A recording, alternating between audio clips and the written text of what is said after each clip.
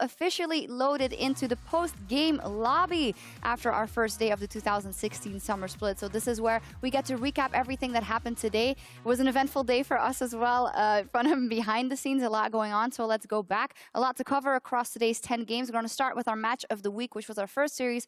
Origen up versus G2 Esports. Super hyped. Of course, the bottom lane matchup in there. And it looked like it was going to turn out to be a 1-1, but a very eventful series overall. Yeah, it certainly was. The second game was much closer than the first one, but concentrating more on the first one, Fizz, Perks, really exciting to see that coming out in the first match of the day. And the fact that he was able to snowball so quickly was really impressive to see. So I really enjoyed watching that Perks bring out this assassin. I like what we saw from G2 today. I think Origen obviously tried coming back in the second game, but Origen have way too little focus on like objectives at the moment. And it was a lot more about, oh, is G2 now maybe overextending? We can get a great team fight, and that's how they kind of came back into the game. I mean, so telling, you say they didn't have a lot of focus on objectives. Dragon, of course, to be argued which one comes up if you want to take it or not. But then G2 end up getting 3 Mountain Drakes and they can down the Baron objectives so fast. Maybe should have thought of that a little bit more. Origen didn't get a single Dragon in that entire series, and you saw the power of that. Elder Dragon. Oh, did they? Yeah, they got one Elder Dragon. Which gave no bonuses other than the burn. That was it, like, here you go.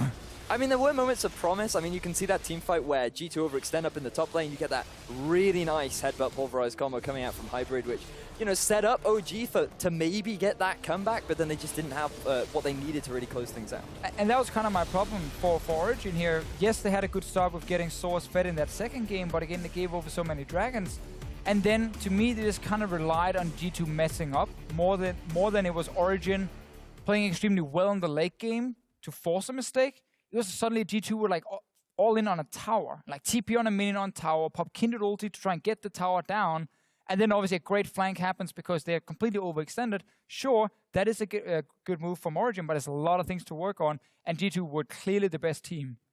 I do also really want to highlight Mithy, though, as well, because bringing out those supports and basically picking stuff to counter the compositions that he was going up against, the Soraka coming out, the Tahm Kench, especially in Game 2, made it really difficult for OG to push their advantage towards the mid-game, because every time that Fizz got on top of someone, Tahm Kench was there to save the day. Yeah, players of the game, Perks and Mithy in that series. Very interesting interview with Mithy afterwards as well, where he said, I've been trying to figure out what the support meta is. Of course, we had thought, you know, is this MSI trend of ranged support is going to live through? And he said, there is no meta right now. So supports that have a big champion pool in the league should be able to benefit from that. He said even the last pick can be reserved to support and be important in the entire team comp. Yeah, I mean, we've seen everything today. I mean, even Hustlin bringing out Nautilus support, which I actually thought was just gone for the most part. I'm like, well, nobody's really playing that.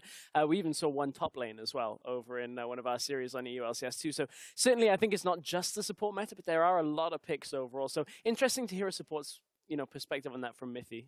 Yeah, definitely. Taking a look at the other series that went on EULCS 2, H2K versus Roccat. In the end, a 1-1. And quite surprisingly, Roccat ran over H2K in Game 1. In Game 1, we were very surprised, myself and QuickShot, with the cast on this, just because, you know, there wasn't a lot of expectation coming from Roccat. That was Trevor for a bit, just joining us. But, you know, in this setup for Roccat, they ran the Swain we'd been seeing in other regions, and Betsy honestly was a massive part of this composition, stopping H2K from being able to get to Steelback. Steelback then output the damage, but Game 2, it kind of all fell apart for Roccat at that point. H2K, with a massive set of plays, they had a really much stronger start from Jankos getting himself into the mix and basically carrying that. Yeah, this was lovely. I think we said this already, like before all the games in the makeup room, Freeze said, well, what do we do if it's a 1-1? And we were going to get that answered for him, but we didn't, our bad. But this time we got beautiful synergy in the middle, nice hugs, you know, it's day one. That's the beauty of ties, you know, everyone's happy. Yeah, everyone's happy. Sure. Game. Yes. You watched the game, you cast the game. I didn't get to watch the game because obviously casting already on the other stream. Perang and Raze, two of the guys you're really looking at coming into this. Perang in the top lane first, how do you play? First game, was pretty solid. Like his play was to be honest what you'd expect in that matchup, with Roccat being able to take the win. Nothing really extraordinary by him, but game 2 fell apart. Got camped pretty heavily by Jankos, was playing the Nautilus that we were talking about, and ended up, I think he was like 0-6. 0-7. Jankos played out of his mind though, and they really camped that. Yeah, but I think his team plus the pick ban priority really put him in such a tough spot. Playing Nautilus into some of the top laners right now that have the damage and the tank ability in these fights made it so difficult for him. I actually, Raze, that you were mentioning him, both Crepper and I were keeping an eye on the games as they were going on, and that Thresh performance was very incredible. He is the type of support that we were discussing the new Koreans coming into Korea, and Raze was the guy that liked to play Elsa, liked to make those plays and liked to force these fights. And being on that Thresh, he was given the opportunity to do that. I think one of the interesting things about that series, though, the Jace bans were drawn. Yeah, they were, yeah. Great. Here's one trick, man. Mission accomplished. Also checking in with you guys at home. Earlier we asked who you thought won or lost the off-season, and Alex Adabra tweeted, "Not a team, but a player. Freeze is now surrounded by talent and has a chance to prove he is one of the better ADCs EU has." That's a little bit of a backhanded criticism on Renegades. I don't know. At the same time, I think you look at his Game 1 performance, he got outfarmed by Steelback, and okay, maybe the setup wasn't there from the rest of H2K to allow him to get into the game, but he struggled in Game 1. Game 2 was a different affair. We saw Freeze finally playing forward, playing a little bit more aggressive, so he's still got it, just not in every single scenario. H2K got to play themselves as a unit rather than just rely on Freeze. Yeah. We talk about Freeze being surrounded by better players or whatever, but the inverse is also true. As Crepo was saying, the influence that a player like Freeze and just the way his personality works can have on a team. Yeah, I mean, Freeze obviously is a guy who learned quite a lot the last few years. He came into professional play in Season 3 when I had the pleasure of playing with him, and it was all about him being a carry, which didn't work out because we also had Bjergsen who also wanted to be a carry, and they were often like fight for farm. But that now changed. He's gotten older. He's learned to play like all these different styles. And one of the things he highlighted himself, they learned in NA, was the fact that you don't have to be like the 1v9 carry. You can play for your team as well. And I talked to Prolly about getting Freeze, and he said he wanted a veteran AD carry, and he wanted a smart player. So when he had some of the questions, about what do you do in specific setups, if you're falling behind in lane and so on, what do you do? Well, Freeze had some very good answers, and that was one of the reasons they picked him. So I think he will be a great addition for the team. I think actually they have a higher ceiling now with him compared to last split, even though the individual talent may be slightly lower. And then we just got to see with H2K and this meta, which is a little bit crazy now. No one has really 100% figured out what is happening. And H2K is a team who does well when they know exactly what is happening, when they've figured out the meta, how to play the perfect lane swap, how to play the perfect rotations. So I think it will take a bit of time for them to really shine. But I think close to the playoffs, they will become better and better and will be able to challenge for the #1 spot. Yeah, Freeze was also the one that said, the better I get, the better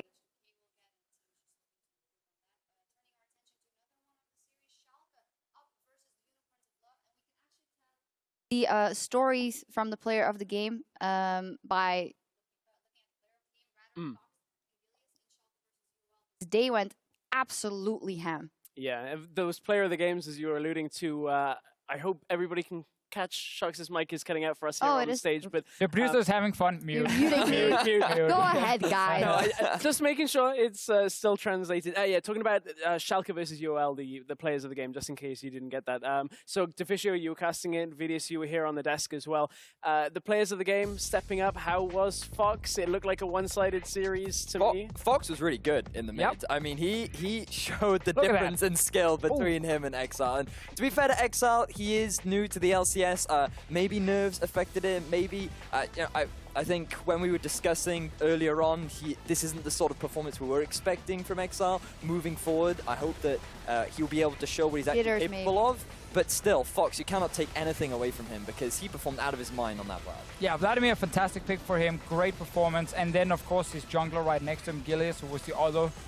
We had player of the match of the game, play of the match, play of the game. We've gone over this. Yeah, I know. I know. Now, Gilius was crazy. Like, he was one of the guys, Pyro and I, we talked about coming into the series, being one of the guys who really benefit from a better mid laner now because it would open up for him to play more styles and he could kind of pick whichever lane he wanted to. He decided to pick mid lane very often, which was extremely good for Schalke. Like, what a performance from Gilius, and he's a guy we will follow every week here. I think he's just getting better and better. Yeah. And this Schalke team, sure, maybe Unicorns of Love right now is the weakest team, That's something we're going to have to see when Schalke plays H2K tomorrow, if they can match up there as well. I think we saw a lot of good things from Schalke, a lot of improvements, much better understanding of how to push your advantage. So I'm pretty excited for this team. And it's going to be painful. Like, looking at this footage, this is a heavily one-sided Oh, game. it was a massive stomp to the second. But then you look at the fact that half of this setup for Schalke 04 is, like, ex-UOL players. It's like you've got Gilius who played on UOL, you've got Fox who played on UOL. You've got to look at that and be like, how did we let these players go? They're destroying us this week. Like, I mean, that's a tough pill to swallow. Maybe. I actually don't think they care. No, you don't think? I think you should. I mean, Gillis is kind of some time ago, right? I mean, he did tweet all of the failures of the past. I'm going to make up for all of it, and I hope he didn't. And he did. Slow it in that first game, because there's where he went absolutely off. But Schalke, a 2-0 start, fantastic for them. We also got a tweet in about that game from @InvenKemper, and he wrote, UOL lost it, in my opinion, for losing their main carry and a star player. Steelback, that is what we've been talking about a lot as well. Steelback, you know, as he's always not heavily underrated anymore, I think he set the record straight in UOL, but it's still someone, they can feel that influence, especially when you also lose that mid laner. Yeah, it definitely feels like if you look at the players just on paper, Steelback is a better AD carry than Veritas. Obviously, Exile coming in, not able to fill his shoes right now in that mid lane, also because he's so new to the LCS. So definitely a lot of risks and questions about this Unicorns lineup, but again, they will need time. I think we need to judge them around week 4, week 5, see what kind of improvement have we seen. If they play like this, obviously then, yeah, really, really poor off-season. Until then, I want to see what this team can do with more synergy, and I don't think playing, you obviously missed that, but they play like Taric, Kindred, and Twitch composition, where it's like, okay, on paper it's very fancy, you can keep the Twitch alive for the entire ulti duration. Sneak out, you can not die twice, exactly. It's great. But you need a lot of coordination to pull that off, and they were just always split up and caught out of position, and then they died again and again. There were some good Twitch plays though, moving into the mid. They had a few good games. Yeah, sure. it was still the Twitch-esque thing that. That I hear that. I know we have a pro Twitch player on our table here. Shucks, please. I mean, it's not ready yet.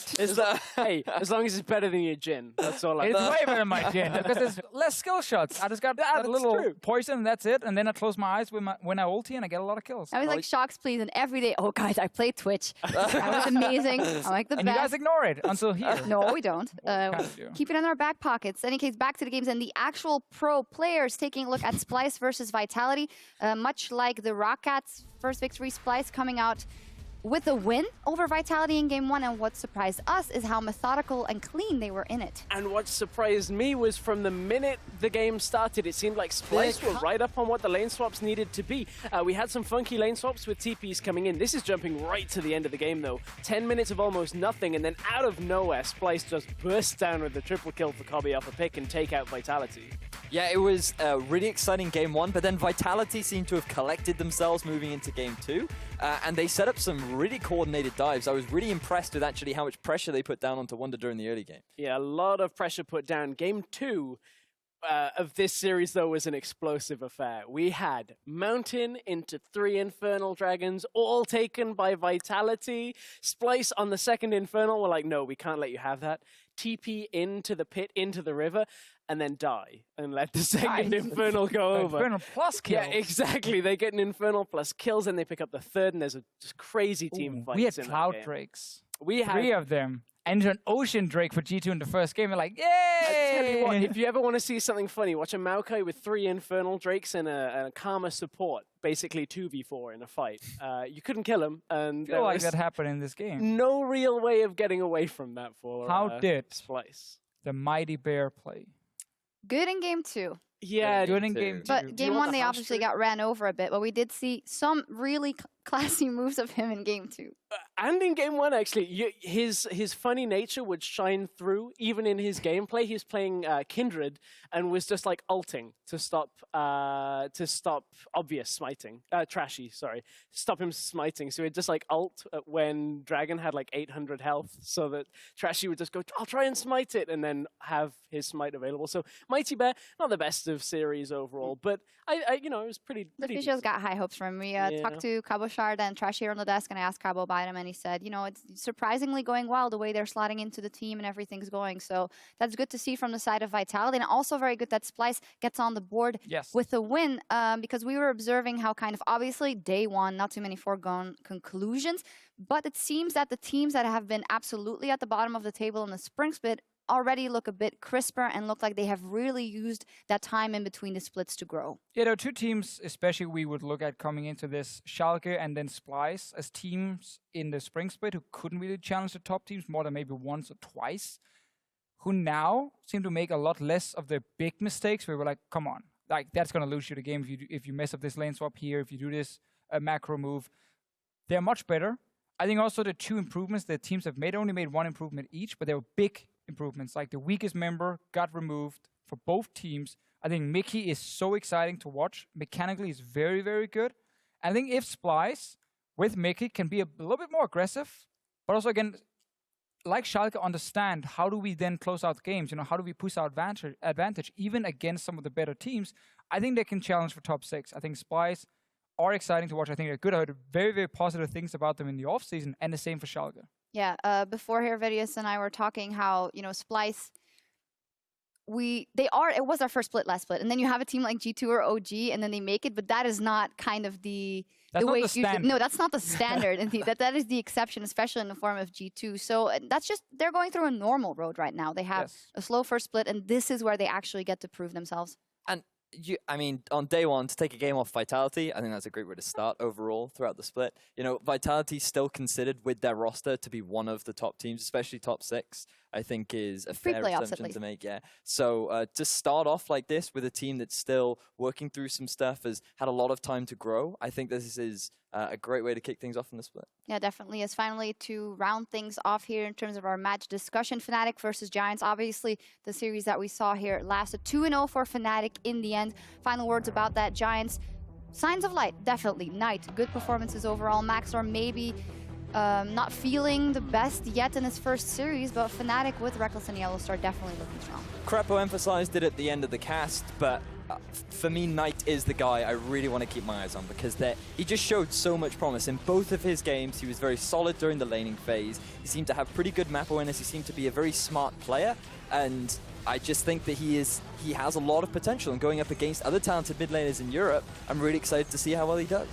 I almost feel like Giants is back at their full Spanish lineup with the same kind of setup, where we look at the mid laner as the exciting guy. We have a split-pushing carry top laner in Smitty J, former Whirlip obviously. And we look at an AD carry where we're like, this guy is probably not good enough to be relied on as a carry, a bit like with Adri back in the days as well. And it was a lot about, you know, can the mid laner and jungler together make something happen? Can Pepe step up? In this case, can Knight step up? Sunstar's performance here, combined with some very poor calls from Giants where they went aggressive when they didn't have to, meant they couldn't win this series, like, at all. Yeah, and when you look at the contrast, you saw Sunstar pushing out sometimes on his own, getting caught. That play with Gamsu right at the end of our second game kind of accentuates that. But you look on the other side to speak about their opponents, Fnatic, Reckless playing aggressive. Crepo was talking about it a lot. Reckless wanting to play more towards the front of the fights, trying to get aggressive. Maybe that's the kind of Fnatic we need to see that are going to look to contend for the very top and not just find themselves in a third-place game. You heard Yellowstar say it in the interview. They're looking maybe to try and get to the championship themselves. It's a long road away, but certainly I think it's a good building block. He has to say it. It's cool. It's a cool storyline. Hey, you play for Fnatic. Yeah, like, definitely. You don't go in like, yeah, guys, we just want to avoid relegation. You know, don't want to get demoted. That's all. That's not how that works, and that's also not how it's reflected. Let's take a look at the standings after 10 games after day one of competition. 3 teams are sharing the lead after going 2-0. G2, Schalke, and Fnatic 3 points, and 1 point for everyone else in the middle, and 0 points, sadly, for Origen, Giants, and the Unicorns of Love. Getting used to this new standings board, I like it. Yeah, I mean, this is the situation where this is a funny one, and this is accentuated in a lot of, when you look at league formats like the Premier League in football, 2 points a difference between a win and a tie can, at the end of the split, be the difference between a playoff spot, a semi-finals bye, or relegation. So it may seem now like, they got a tie, H2K got a tie, who cares? Maybe that has a ripple effect later on. Every game does count in a best of 2. Great. That was just great. Hey, I mean, it is it is what fantastic. it is. Is that the selling point? That's there it is. We got there that. it is. With 10 Smash Nexus on the day, we've also chosen 10 players of the game who will each pick up a point for their performances. Of course, this doesn't look... We don't have too much to go off, obviously, but we do have all the people that did great. You can see that the leaderboard at the moment is very tense. There's a lot of fighting for the top. But I mean, I am very interested to see how in like 4 weeks when we look at this, if someone has gotten a couple of players of the game, how they're putting their foot in the door and what it will look like. It's very interesting for us to track as well. And I think we did a pretty good job today on selecting them. I mean, of course, we selected them. Yeah, great job. Ourselves on the back. Yeah. No top laners. As a team. No top laners. Sometimes it can be hard because there are a lot of, I mean, sometimes it's not always about stand-up performance. It's just the team as a whole plays really well together. So how do you pick out an individual? Like the Fnatic game, you have to give it to Gamsu as well. He had some phenomenal performances. Spirit, yeah, he got caught out a couple times, but he also played really well in the Fnatic game. So I feel like a lot of players have a lot of opportunities to pick up that player of the game, but it's going to be interesting to see who is able to pick it up moving forward. No, I just love that we had Stress's quote about the new system, and then Fedius' quote about the players of the game, selling it well. And as a reminder about the player of the game, the points earned for that at the end of the split will also help determine our summer MVP. So it is definitely important for those players to get on that board. Now, week 1 of the EU LCS's summer split continues tomorrow with a clash between Splyce and Roccat in the arena, while the Unicorns of Love and Origen will go at it in the LCS studio. Then Vitality will face Fnatic, and H2K gets on the rift against Schalke to close out the week. I'm looking forward to that one. H2K, Schalke, no fear after what we've seen today. Yeah. Yes. We'll be super excited to see what Schalke can do, but also the first game on Stream 1. Like Splyce, Roccat, last week you've been like, maybe not the most exciting matchup. Now, 1-1, both teams today against H2K, against Vitality. Some roster changes on the side of Roccat, 2 new exciting Koreans and still back, and then of course Mickey. I think that matchup is actually super exciting, and I think whichever team here pulls away, unless it's 1-1 again, will, funny enough, get 3 points. I have no idea where I'm going with this, but it will be exciting. It will be exciting. He was trying. Yeah, I have no clue.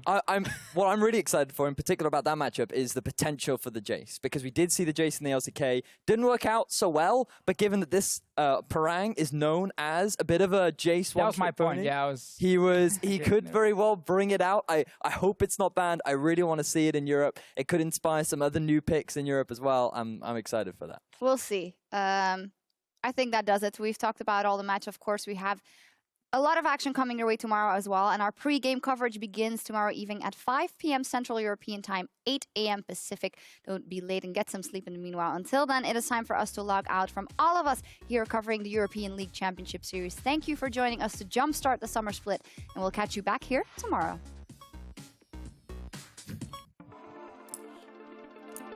And we're on the rift. Hybrid getting chopped, and now Perks gets a killing spree to pick up. Amazing, looks for power, return, that's a double kill for the fish. Teleporting out of there, will he make it? Yes, he will! Someone always does it, I don't know how. Will he stay out long enough to get the smite off? No, he turns attention, he steals it away! Amazing, gives his life for the Origen cause. And G2 finished the 2-0. The double kill to Rales as he's untouched in the back line, looking for Chachi. They took out Hilly, and now Exile is gonna be all by his lonesome. A triple kill for Rales. And in goes the flash from Spraddle to start this fight, and Exile is evaporated. Cavalry has arrived, and Fox has taken down the jungler. A double kill now. Unicorns down. Schalke are gonna take it 2-0. Hybrid, just imagine when we are gonna move to Berlin, there will be no Domino's and no McD. What do you do? Pizza Hut, man. No, there's no pizza. But there's no pizza. No, we can't do that, man. No. It will be Fnatic up against Giants. They're coming. Listen. I need to put art. Minion. I'm going. Oh, Spirit gets it! Fnatic, and Spirit gets it down with Giants now being followed after. And Fnatic will find a very convincing end to this best of 2 here. 29 minutes into this game, and they crush Giants' dreams.